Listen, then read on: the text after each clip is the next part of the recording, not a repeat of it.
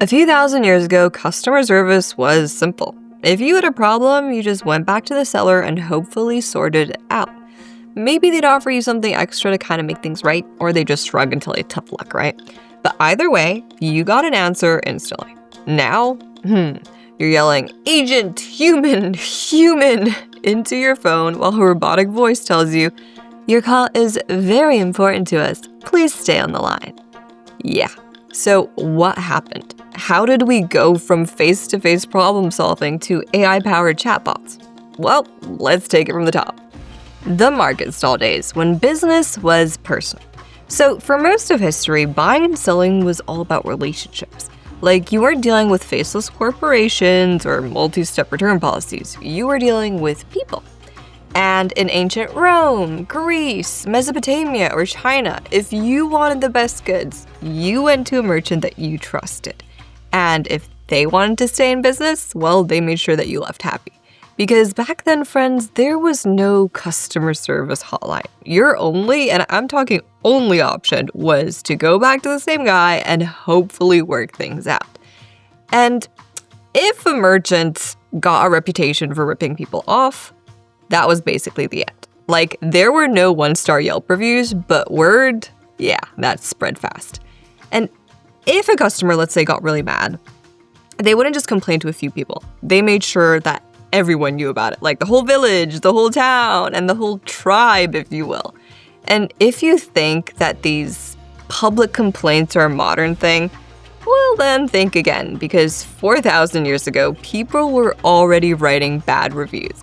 And one of the best examples comes from ancient Mesopotamia, where merchants kept written records on clay tablets. Now, one of the most famous is definitely the Nani complaint about Anasir. I hope I pronounced that right. So listen to this. A merchant named Anasir had a habit of selling low-quality copper and then refusing to give refunds. And one of his customers, a guy named Nani, he was simply not having it. Like, he was so fed up that he wrote a complaint on a clay tablet, and this complaint survived for nearly 3,800 years. Yeah. And get this, archaeologists actually found multiple complaint tablets about Anasir. So yeah, bad customer service, it's been frustrating people for like thousands of years. And people are kind of like elephants in this case, they don't forget. So whether it's a clay tablet, a bad Google review, or a viral X rant, ignoring customers has never been a good idea. And as business expanded and grew, companies had to figure out how to kind of keep up. And that's when things started getting, I'd say, complicated. The Industrial Revolution, when things got messy. So the 1700s and 1800s changed everything. Like, factories started mass-producing goods, stores became huge, and suddenly people were just like buying from local merchants. They were buying from companies miles away. And that's when Sears came out with something that changed history: the mail order catalog. And, this wasn't just a few pages of products. Like, it had everything you could think of, from clothing to canned goods to home decor and even agricultural equipment. So in the early 20th century, Sears basically shook up the mail order game by doing something genius. They started including fabric samples in their catalogs. And this was a big deal. Like, suddenly people in rural areas who couldn't just stroll into a department store could actually experience the texture, quality, and color of the material before buying the full-blown product. By 1905, they took it even further. Full-color wallpaper samples, fabric swatches for men's suits. And once they realized home decor was a goldmine, they threw in paint samples too. It was like the ultimate try before you buy experience, except, by mail. But here's the thing, ordering from a catalog was easy. The free samples, they were great. But what if your order was wrong? Before, if you bought something at a store and, it wasn't right, you just kind of walk back in and ask them to deal with it. But for mail order customers living miles away, yeah, not an option. So Sears did something wild. They let people send products back. They had, my friends, a return policy that actually came to life before the free samples did in 1903. And back then, It was the new hot thing. They weren't the first to offer money-back guarantees. That credit actually goes to Watkins Liniment in 1868. But either way, for a large-scale mail-order company, the return policy was revolutionary. And it worked. By 1907, Sears was handling 100,000 orders a day. And along with that came thousands of complaints, like packages went missing, products showed up damaged, and sometimes you'd order a chair and get a bed frame instead. With millions of customers, they definitely needed a better way to deal with all of these problems. So that's when they turned to technology. They needed a way to handle complaints at scale. So they turned to an invention from 1876 that changed the world, the telephone. And this changed everything. The rise of call centers. Your call is very important to us. So by the 1960s and 70s, the telephone became the next big thing for customer service. And instead of writing letters and waiting weeks, you could just pick up the phone and call. At first, it was great. A real human answered, and they actually solved your problem. But then, how everything in the story has gone so far, it all fell apart. Just ask New York Telephone in 1965. That year, a massive blackout hit the northeast side of the US and parts of Canada. Now, this brought mayhem to New York City because everything happened during the evening rush hour, bringing darkness and chaos. Subways froze mid-ride, elevators trapped people inside, and entire neighborhoods went silent. And what did everyone do? They grabbed their phones.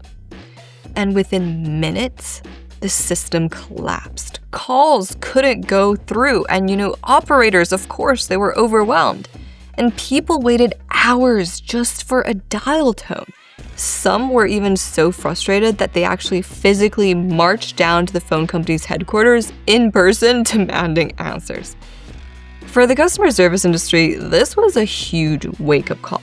If this could happen in one city in one night, what would happen as businesses expanded nationwide?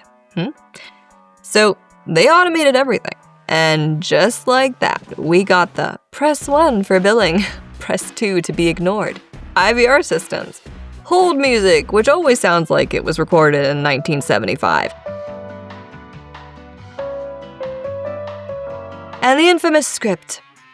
I understand your frustration. Let me transfer you.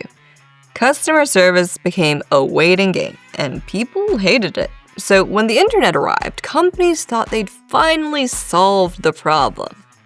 Yeah, the internet era. Instant support becomes essential. By the 1990s, email became the new way to get help. No more waiting on hold, just send a message and get a response. Eventually. Was it better than being stuck on the phone? Absolutely. But was it instant? Not exactly. So some companies took days to reply, and if your problem was urgent, well, good luck to you. Then came live chat in the early 2000s, and once again, this changed everything. For the first time, customers could talk to a company in real time, straight from a website, No phone calls, no wait times, just instant answers. Now, text, previously live chat, found in 2002, was among the first to offer dedicated software that made this possible. Businesses loved it because it was efficient. Customers loved it because it was fast. But just as companies got comfortable with this new way of handling support, something even bigger happened. Social media took off. And suddenly, customer complaints weren't private anymore. Before, if a company ignored your email, annoying, but whatever. Now, you could tweet them in front of millions, and if they still ignored you, that tweet could go viral. Companies had no choice. They had to take customer service seriously or risk getting publicly dragged online. But here's the thing. Even with live chat and social media, there was still one massive problem. Too many customers and not enough humans to handle them all. So businesses did what they always do when things get overwhelming. They started looking for ways to automate customer support. The chatbot era, when support got automated. As live chat became more popular, companies realized that most customer questions were kind of the same. What's your return policy? Where's my order? Do you offer free shipping? So support teams were answering the same things over and over again. And businesses thought, why not automate this? And that's when chatbots started popping up. But these early chatbots, they weren't exactly smart. They followed preset rules, basically like an automated phone menu, but in a chat form. So press 1 for store hours, press 2 for order tracking, press 3 if you've already lost your patience. Now, I want to stop here for a second because I know we're well in the 2000s now, but there's one thing I have to tell you. So let's rewind to somewhere between 1964 and 1966. Meet Eliza, the first ever chatbot created by MIT professor Joseph Weizenbaum. Eliza wasn't made for customer service, no. She was a therapist. Well, kind of. You see, Eliza used a technique called pattern matching to mirror what people said. So if you told her, "I'm feeling stressed," she'd reply, "Why do you think you're feeling stressed?" And people got so into these conversations that some actually believed Eliza understood them. And Eliza showed us that humans could form emotional connections with chatbots, even ones that weren't actually that smart. Fast forward to now, and companies are trying to apply the same concept to customer service. Unfortunately, the first business chatbots weren't as empathetic as Eliza. Instead of asking, "How does that make you feel?" they just say, "I'm sorry, I don't understand. Please try again." So while chatbots helped cut down basic support requests, they still weren't a real solution. Companies needed something smarter. Which brings us to, today. AI and chatbots, the future of customer service. So customer service is in a weird but exciting place. AI chat tools can handle thousands of conversations at once, answer questions instantly, and make sure people aren't stuck waiting. But at the same time, people still want to talk to a real person when it matters. And that's why businesses today use the best of both worlds. They let AI handle the quick, repetitive stuff, so tracking orders, resetting passwords, answering FAQs. And when things get a little bit more complicated, a real person steps in. So it's fast, it's smooth, and most importantly, it actually works because honestly, nobody likes waiting on hold. So what's next? Maybe AI will get so advanced that it'll feel like you're talking to a real person. Or maybe, just maybe, I'm not allowed to disclose that information just yet. I'll catch you in the next one.